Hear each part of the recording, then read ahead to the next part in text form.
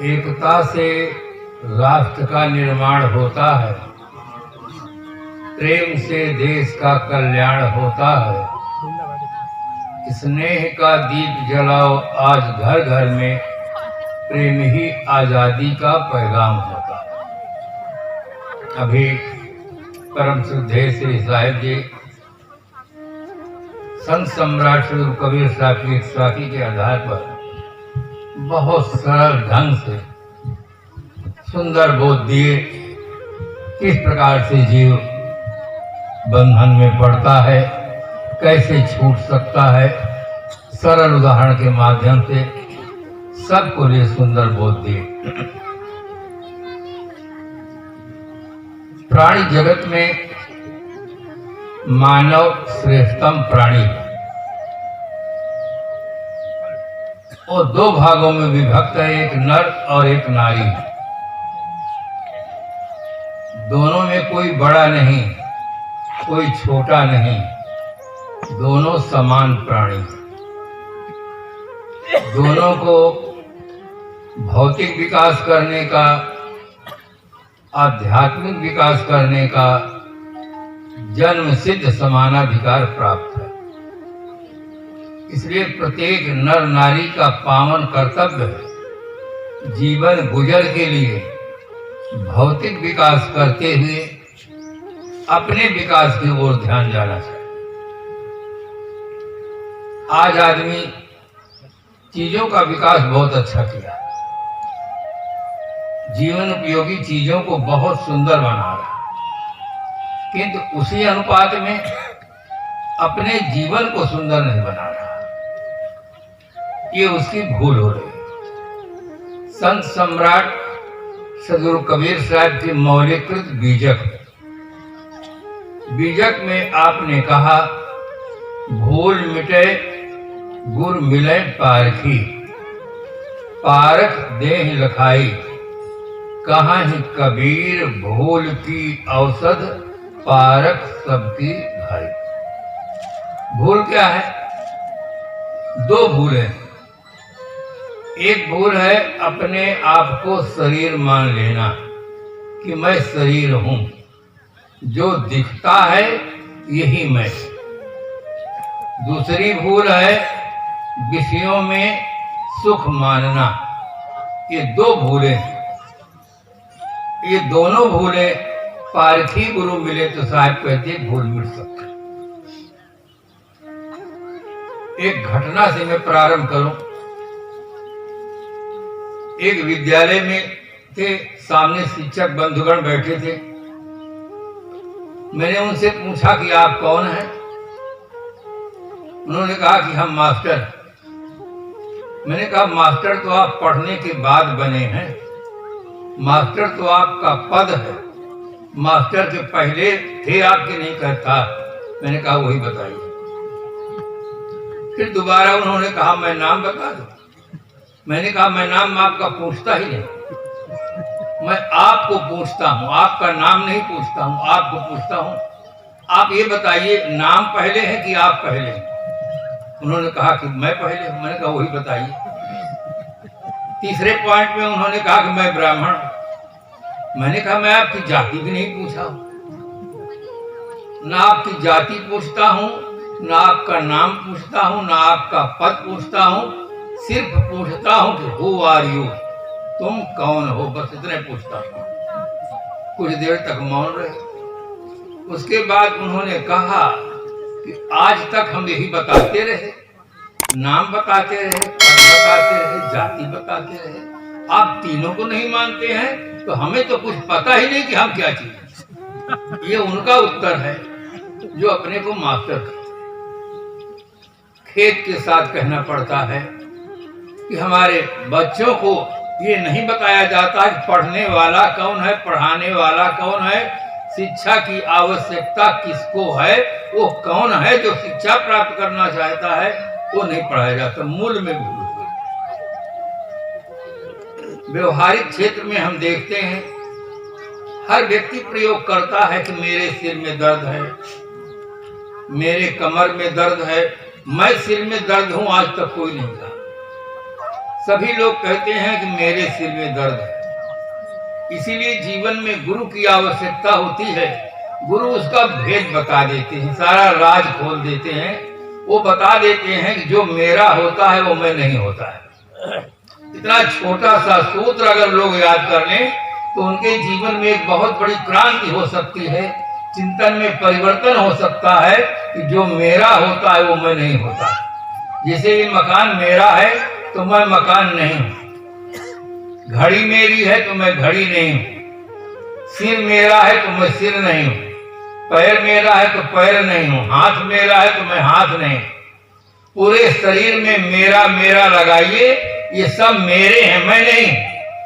मैं वो है जो मेरा मेरा कहने वाला है, वो है मैं चेतन हूं।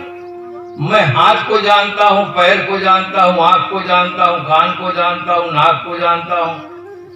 मैं सबका जानने वाला हूं।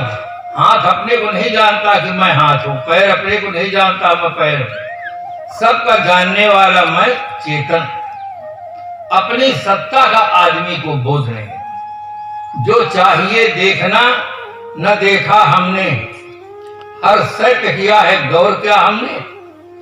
औरों को समझना तो मुश्किल है, खुद क्या है इसी को कुछ न समझा हमने। लोग खुद को नहीं जानते हैं, खुदा की बात करते हैं। आप स्वयं सोचो, पहले क्या जानना जरूरी है? पहले खुद को जानना जरूरी है। खुद क्या है? आज आदमी किसी को नहीं जानता है। देह को मैं मानना सबसे बड़ा यह पाप है। सब पाप इसके पुत्र है, सब पाप का एक बाप।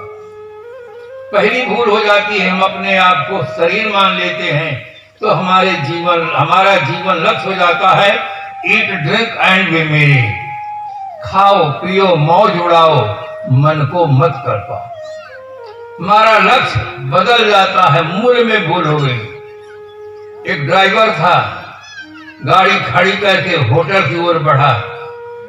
रास्ते में एक सज्जन मिला, उसने पूछा आप कौन है? उसने कहा मैं मोटर हूं, मोटर। उसके उत्तर को सुनकर वो तो हंसा ही, आसपास के लोग खिलखिला के हंस पड़े कि कुछ किए हुए। होश भी नहीं है तो ड्राइवर और अपने को बता रहा मैं मोटर। सचमुच वो शराब छक के पिए हुए थे। इतना छक के पी लिया था कि उसे यही नहीं होश रह गया कि मैं मोटर हूं, ड्राइवर। इसी प्रकार से जो पांचों विषयों का नशा पिए हुए हैं वो भी बेहोश है। वो भी अपने आप को शरीर मानते हैं कि मैं शरीर हूं। मकान और मकान मालिक दो होते हैं। मकान मालिक दावा करता है कि ये मकान मेरा है, किंतु आज तक किसी मकान ने दावा नहीं किया कि ये मालिक मेरा है। मकान जड़ होता है, मालिक चेतन होता है। चेतन दावा करता है कि सिर में दर्द है, कमर में दर्द है, चेतन हट जाए तो चाहे इसमें आग लगा दो, चाहे जमीन के नीचे धर दो, चाहे पानी में डाल दो, कोई नहीं कह सकता कि दर्द है, पीड़ा है, परेशानी। आज आदमी अपने आप को भूल गया है।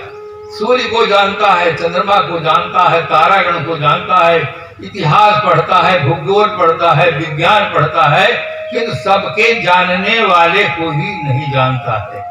ये मूल में भूल है। इसीलिए शायर ने बहुत सुंदर शब्दों में कहा, लाखों फूल कम हैं गला के सजाने को, एक भूल काफी है जिंदगी भर रुलाने को। अगर आदमी अपने आप को भूल जाता है तो पूरी जिंदगी रोने के लिए एक भूल काफी है। और एक दार्शनिक लिखता है, हंसने वाले प्राणी को मनुष्य कहते हैं। संसार में हंसने का सौभाग्य केवल मनुष्य को मिला है, किंतु आदमी अपने को न जानने के कारण, अपने जीवन को न सुधारने के कारण, संसार में सबसे ज्यादा रोने वाला अगर कोई प्राणी है तो आदमी। जहां देखो वहां रोता हुआ दिखाई देता है। केवल छोटे बच्चे ही नहीं रोते, जवान भी रोते हैं। पढ़ने में फेल हो गए तो रोते हैं, पास हो गए नौकरी नहीं मिलती तो रोते हैं, और शादी हो गई, पत्नी सकल की सुंदर है अकल की सुंदर नहीं तो रोते हैं। बच्चे नहीं होते तो रोते हैं, बच्चे होते हैं मर जाते हैं तो रोते हैं। बच्चे अच्छे निकल गए, अमेरिका रूस चले गए, देखने को नहीं मिलते तो रोते हैं। खराब निकल गए, सेंट्रल जेल की हवा खिलाए तो रोते हैं, अंतिम में रोते रोते संसार से विदा हो जाते हैं। हम क्या कहें अहबाब, क्या करें, नुमाया कर गए, बीए हुए, नौकर हुए, पेंशन मिले और मर गए। ये हमारी जीवन लीला है। साहब जी ने भी कहा कि मानव जीवन स्वतंत्र जीवन है। मानव जीवन में हम बंधन की परख कर सकते हैं, मानव जीवन में ही हम अपने को जान सकते हैं, मानव जीवन में ही हम अपने जीवन का सुधार कर सकते हैं। संसार का सिरमौर प्राणी मनुष्य है। संसार में जो विकास हम देखते हैं उस विकास का सारा श्रेय मानव को प्राप्त। धरती तल पर सभी प्राणी होते, केवल आदमी भर नहीं होता तो दुनिया में एक भी मंदिर नहीं होता, मस्जिद नहीं होती, गिरजाघर नहीं होता, गुरुद्वारा नहीं होता। संसार में सभी प्राणी होते, केवल आदमी भर नहीं होता तो दुनिया में एक भी किताब नहीं होती, चाहे वो वेद हो, कुरान हो, बाइबिल हो, गुरु ग्रंथ साहिब हो, बीजक हो, भोयान हो, उपनिषद हो, कोई भी ग्रंथ दुनिया में नहीं होता अगर धरती तल पर आदमी नहीं होता तो। सारे ग्रंथ मानव मस्तिष्क की उपज। संसार में जो विकास देखते हैं, मोटर है, कार है, आधुनिक युग में बहुत सुंदर विकास हुआ है मोबाइल का, ये कुछ भी नहीं होता अगर आदमी धरती तल पर नहीं होता। ऐसा सिरमौर प्राणी, ऐसा महान प्राणी संत गुरुजनों से दूर होने के कारण लाचारी का जीवन जी रहा है। कहता है साहब दम टूट सकता है, सिगरेट और शराब नहीं छोड़ सकता। मर जाने के लिए तैयार है कि मर सकते हैं किंतु सिगरेट शराब के बिना नहीं रह सकते। शिक्षा में 3 चीजों का समावेश बहुत जरूरी है, तब शिक्षा पूर्णता को प्राप्त होगी। शिक्षा में सबसे पहले राष्ट्र भक्ति होनी चाहिए। राष्ट्र की संपत्ति को जो नष्ट करने वाले लोग हैं उनको राष्ट्रद्रोह की संज्ञा देकर के उनको प्राधान्य मिलना चाहिए। दूसरी बात, शिक्षा में नैतिक विकास होना चाहिए। शिक्षा में केवल बौद्धिक विकास बढ़ा है। हमारे छोटे छोटे बच्चे मोबाइल चला रहे हैं, ये बच्चे बता रहे हैं कि रात कैसे होता है, दिन कैसे होता है। हमारे बूढ़े लोग नहीं बता सकते, बच्चे बताते हैं जो भूगोल पढ़ेंगे।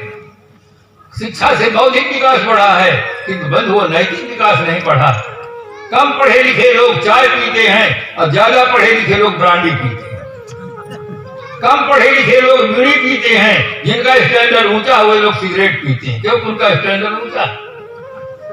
इसलिए बौद्धिक विकास तो बढ़ा है, नैतिक विकास नहीं बढ़ा। बंधुओं 2 लाइन सबको याद रखना चाहिए, धन बल, जन बल, बुद्धि अपार और सदाचार बिन सब बेकार। चाहे जितना धन हो, चाहे जितना बड़ा परिवार हो, चाहे जितनी बड़ी बुद्धि हो, अगर जीवन में सदाचार नहीं तो सेंट्रल जेल जाना होगा, कोई अच्छा नहीं कर सकता। सदाचार बिन सब बेकार है। इसलिए शिक्षा में नैतिक विकास की बहुत बड़ी आवश्यकता है। शिक्षा से बौद्धिक विकास बढ़ता है और दीक्षा से नैतिक विकास बढ़ता है। गुरुजन संत जन दीक्षा देते हैं, बच्चों को जीना सिखाते हैं, मनुष्य को जीना सिखाते हैं कि शाकाहारी बनो, व्यसन रहित रहो, माता पिता का आदर करना सीखो और अच्छे सद्गुणों से संपन्न होकर के राष्ट्र के लिए एक अच्छे नागरिक बनो, परिवार के लिए एक अच्छा सदस्य बनो। ये नैतिक शिक्षा संत गुरुजन देते हैं। ये शिक्षा विद्यालय में बच्चों को मिलनी चाहिए। अगर बच्चों का हृदय बिल्कुल कोमल होता है, छोटे छोटे नन्हे मुन्ने बच्चे को ठीक से दिमाग में बैठा दिया जाए तो वो बच्चे बहुत योग्य निकलते हैं। एक बच्चे का दोपहर में छुट्टी हो गई थी, जलपान के लिए आया था, मैं वहां था। मैं उस बच्चे को पूछा और समझाया तुम कौन हो, उसको अच्छी तरह से समझा दिया। मैंने कहा जाके गुरुजी से पूछना, गुरुजी मैं कौन। गया बच्चा बहुत खुश था, पहुंचा जैसे कहा गुरुजी मैं कौन हूँ, तो उसका नाम बता दिया। कहा गुरुजी ये तो मेरा नाम है। कहा पागल हो गए हो क्या, तुम तो यही हो। नहीं गुरुजी तो मेरा नाम हुआ, मैं क्या चीज हूँ। अब गुरुजी कभी ऐसा करके नहीं सुने तो उत्तर क्या देंगे। छोटे छोटे बच्चे कमाल होते हैं। शिक्षा में नैतिक विकास की बहुत बड़ी आवश्यकता है। रावण के पास बौद्धिक विकास बहुत था, आर्थिक विकास बहुत था, नैतिक विकास के अभाव में महारानी सीता का अपहरण किया और रावण मारा जाता है और कितने वीर मारे जाते हैं। नैतिक विकास के अभाव में पृथ्वीराज का बहुत बड़ा पतन हुआ, जो बहुत बड़ा बहादुर आदमी था, वीर आदमी था। जयचंद की लड़की संयुक्ता पर मोहित होकर अपहरण किया, मन मुटा हुआ मोहम्मद गोरी की ओर जयचंद मिल जाता है, पृथ्वीराज का पतन हो जाता, हमारा देश गुलाम हो जाता है। नैतिक विकास के अभाव में जो व्यवहार जानवरों के साथ किया जाता था, आज वो व्यवहार आदमी के साथ किया जाता है। नसबंदी होती है, ऑपरेशन होता है, लूट लगाया जाता है, कितना बड़ा पतन होता है। केवल आर्थिक विकास की ओर हमारा ध्यान नहीं जाना चाहिए, नैतिक विकास की ओर हमारा ध्यान जाना चाहिए। हमारा अगर नैतिक विकास होगा तो हम राष्ट्र के एक अच्छे नागरिक बन सकेंगे। तीसरी बात है, अध्यात्म ज्ञान होना चाहिए, अपनी सत्ता का बोध होना चाहिए, ये विद्यालयों में पढ़ाया जाना चाहिए। तब आदमी के अंदर साहस होगा। जो अपने को शरीर मानता है, शरीर तो मुर्दा है, मुर्दा में कोई ताकत नहीं होती है, ताकत सब जिंदा में होती है। जिंदा आदमी ही सब काम करता है, जिंदा पशु सब काम करता है, मर जाने पर कुछ नहीं करता है। जो अपने आप को शरीर मान लेता हो तो मुर्दा रहता है। इसीलिए कहता है साहब, दम टूट सकता है, सिगरेट शराब नहीं, उसके अंदर मनोबल नहीं है, उसके अंदर साहस नहीं है कि हम इसको छोड़ सकते हैं। आदमी के पास दोनों शक्ति है, वो देख सकता है, आंख बंद भी कर सकता है, बोल भी सकता है, मौन भी रह सकता है, चल भी सकता है, बैठ भी सकता है, दोनों शक्ति उसके पास में है। अगर खराब संग से, खराब वातावरण से हमारी आदतें गलत हो गई हैं तो हम अच्छा संग पा करके, अच्छा साहित्य पा करके, अच्छा वातावरण पा करके उन गलत आदतों को हम छोड़ भी सकते हैं। हमारे पास वो भी पावर है। आपन तेज संभालो। संत सम्राट श्री कबीर साहब ने कहा, कर वहिया बलापनी छाण वीरानी आस, जाके आंगन नदिया वह शोकस मरे प्यास। अपने बाहुबल का भरोसा। आदमी पुरुषार्थ करके देखिए कितना अधिक पहुंचा है, चंद्रलोक तक गया, मंगल ग्रह में जाने को उड़ाने भर रहा है, क्या किधर किधर कितना विकास कर रहा है।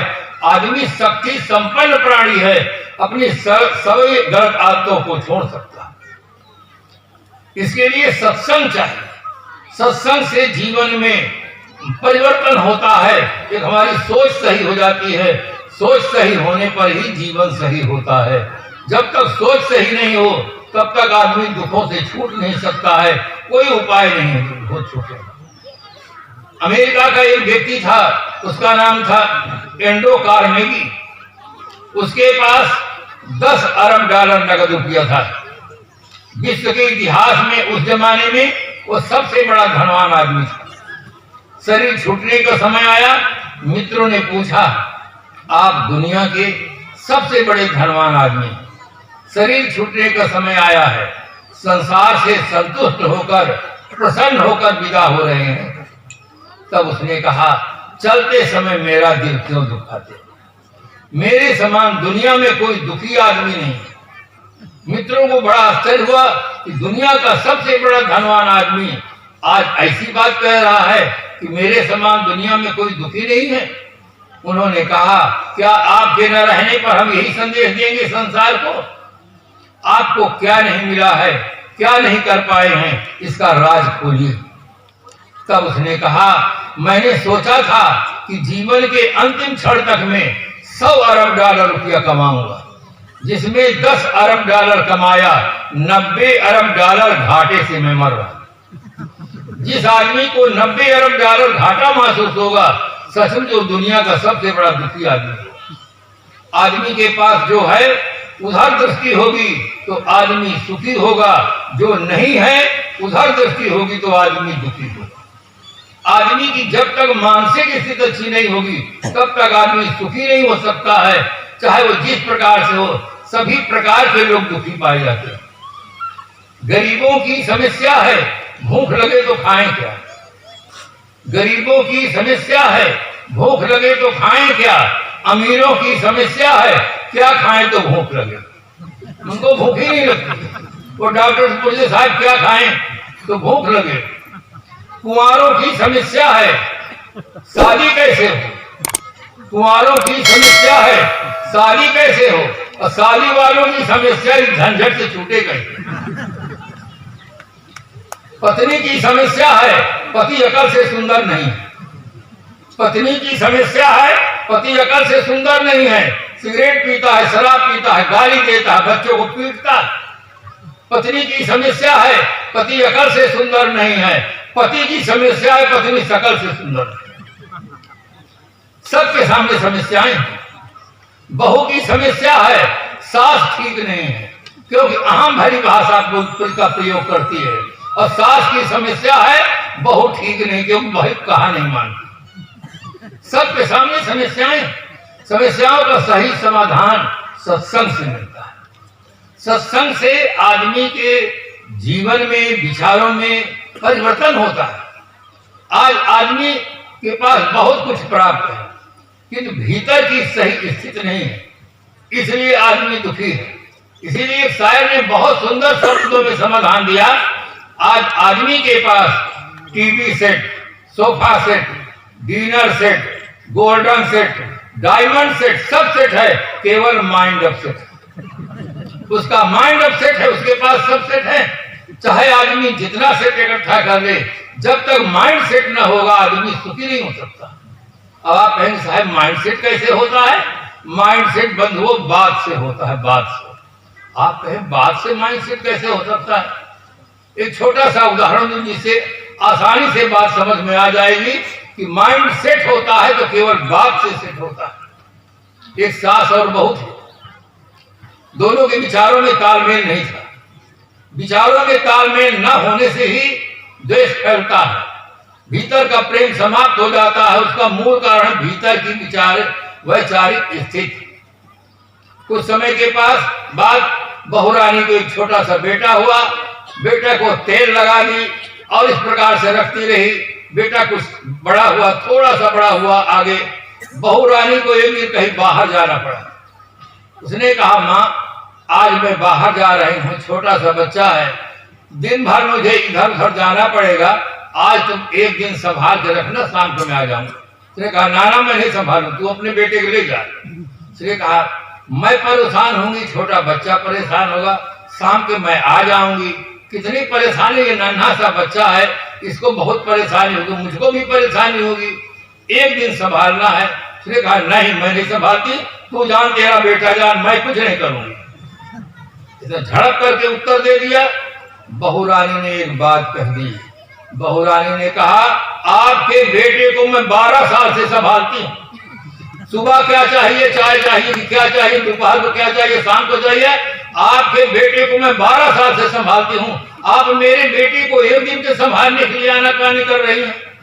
इतना सुनते ही वो कितना खुश हो गई और कहा जा जा, अच्छा मैं बच्चे को खूब प्रेम से संभालूंगी, जा तो निश्चिंत हो गई, जा बच्चे को मैं संभालूंगी। बात से उसका माइंड जो अपसेट था बिल्कुल सेट हो गया कि मेरे बेटे को 12 साल से संभाल रही है, एक दिन के लिए मैं इस बेटे को जरूर संभालूंगी।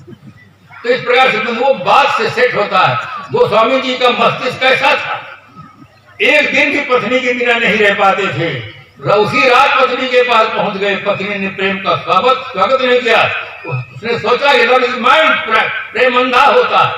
गोस्वामी जी पहुंच गए, उसने कहा लाज न लागत आपको, दौरे आयो साथ, धीरे धीरे गए से प्रेम को कहा कहूं मैं नाथ, अस चरम में देहमम सामे जैसी प्रीत, ऐसी जो रघुनाथ माहुत न तो वो भी। हे नाथ आपको लज्जा भी नहीं लगती है? आज ही मैं आए हूँ, आज ही आप दौड़े चले आए हैं। हाड़ मास्टर में जितना प्रेम है, इतना प्रेम अगर राम में होता तो आपका बेड़ा पार हो जाता। रत्नावली के ये शब्द गोस्वामी जी के मन में चुभे और उनके विचारों में अंतर हुआ। उसी क्षण उठ करके चल दिए और गोस्वामी जी महान संत हुए, रामायण की रचना किए और छोटे छोटे कई ग्रंथों की रचना किए। शब्द से आदमी का माइंड सेट होता है बंधुओं। इसीलिए सत्संग की बहुत बड़ी आवश्यकता होती है। कृषि, व्यापार और सर्विस से केवल आर्थिक विकास होता है। हम अच्छा खा सकते हैं, अच्छा पहन सकते हैं, अच्छी गाड़ी में घूम सकते हैं, किंतु बंधुओं याद रहे धन से हम अच्छा जीवन नहीं जी सकते। अच्छा जीवन जीने के लिए अच्छे विचार चाहिए, अच्छे विचारवान व्यक्तियों की संगत चाहिए, अच्छा साहित्य चाहिए और अच्छा वातावरण चाहिए, तब हम अच्छा जीवन जी सकते हैं। इसलिए केवल अर्थ विकास की ओर ध्यान न रहे, हमारे वैचारिक स्तर ऊंचा हो, मानसिक स्थिति अच्छी हो, तब हम सुख से जीवन जी सकते हैं। लोक में कहावत भी बहुत प्रसिद्ध है, मन चंगा तो कठौती में। कहावत तो करीब करीब सबको याद है, सबके जीवन का अपना अनुभव है। जिस दिन हमारे मन में कोई टेंशन नहीं होता, तनाव नहीं होता है, उस दिन ऐसा लगता है कि आज का दिन बहुत अच्छा है। मानसिक स्थिति तो अच्छा होना बंधुओं बहुत जरूरी है। आर्थिक स्थिति को ठीक रखने के लिए 8 घंटा 10 घंटा 12 घंटा समय देते हैं। मानसिक स्थिति को ठीक रखने के लिए कहते हैं साहब नो टाइम, बहुत बिजी है, बहुत व्यस्त है, हमें सत्संग के लिए ग्रंथ पढ़ने के लिए छुट्टी का लगता है ये मिला काम का काम है। और यही काम न करने से जितना आप पैसा कमाते हैं, नोट करें जितना पैसा कमाते हैं 2 चीजों में खर्च होता है, या तो अंधविश्वास में खर्च होता है या दुराचरण में खर्च होता है। ये पैसा जीवन के लिए बहुत कम खर्च होता है, इन्हीं 2 में खर्चा होता है। और जब तक मानसिक स्थिति ठीक नहीं होगी कमाना भी सार्थक नहीं हो सकता। इसलिए सबसे ज्यादा जरूरी है कि मानसिक स्थिति ठीक रहे। आर्थिक स्थिति ठीक हो तो जीवन गुजर में सुविधा होती है, और मानसिक स्थिति ठीक हो तो जीवन जीने में सुविधा होती है। मानसिक स्थिति ठीक नहीं है, मानसिक स्थिति ठीक नहीं है तो दुर्व्यसन छोड़ते नहीं है, और मानसिक स्थिति ठीक है तो दुर्व्यसन छूते नहीं। एक व्यक्ति छोड़ता नहीं है और एक व्यक्ति छूता नहीं है। किसमें अंतर है? केवल मानसिक स्थिति ठीक होना और न होने पर अंतर है, और कुछ नहीं अंतर। इसलिए बंधुओं देवियों, सबसे पहले अपने मानसिक स्थिति को ठीक रखने के लिए हमें 3 चीजों का प्रयोग करना होगा। सबसे पहले प्रयोग करना होगा, संत सम्राट श्री कबीर साहब ने कहा कि संगत कीजिए साधु। साध से मेरा तात्पर्य है गुड मैन, अच्छा आदमी, जिसके विचार और कर्म दोनों ठीक हो, उसे साधु कहते हैं। इस पहले अच्छी संगत करें, फिर अच्छे साहित्य का अध्ययन करें, फिर अच्छे वातावरण में रहे। 3 चीजों का आधार लेंगे तो आपकी 3 चीजें बदल जाएंगी, दृष्टि, वृत्ति और प्रवृत्ति। तीनों में आमूल परिवर्तन हो जाएगा और आपको इसी जीवन में सुख मिलेगा, शांति मिलेगी।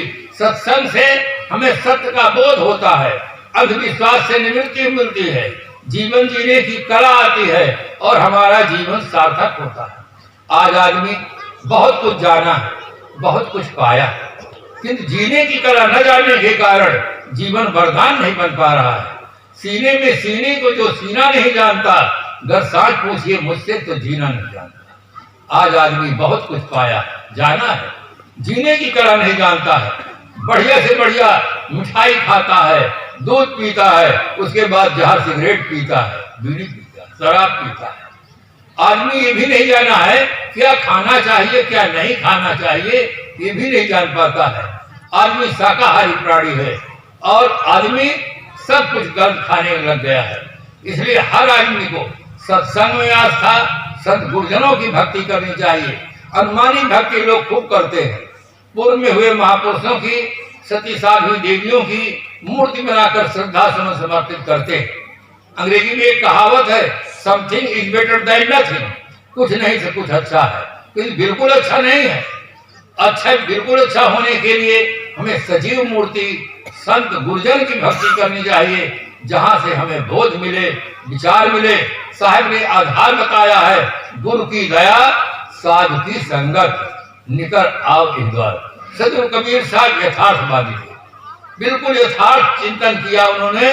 समाज को, पूरे मानव समाज को एक सही दिशा दिया है। उनके दृष्टि में आदमी केवल आदमी है। इसीलिए साहब ने कहा कि मानुष तेरा गुण बड़ा। उन्होंने ये नहीं कहा कि हिंदू तेरा गुण बड़ा, पुरुष तेरा गुण बड़ा, कुछ न कह करके सारे संकुचित विशेषण को हटा करके कहा कि मानुष तेरा गुण बड़ा। आदमी से प्रेम करे, प्राणियों के प्रति दया का भाव रखे, सदगुरु संतों की भक्ति करे, जिससे उसको यथार्थ बोध हो और उसका जीवन सफल हो। इन्हीं शुभकामनाओं के साथ अपनी वाणी को विराम देते हैं। श्रोता बंधुओं को बहुत बहुत धन्यवाद। संत गुरुजनों को सादर साहेब बंदगी।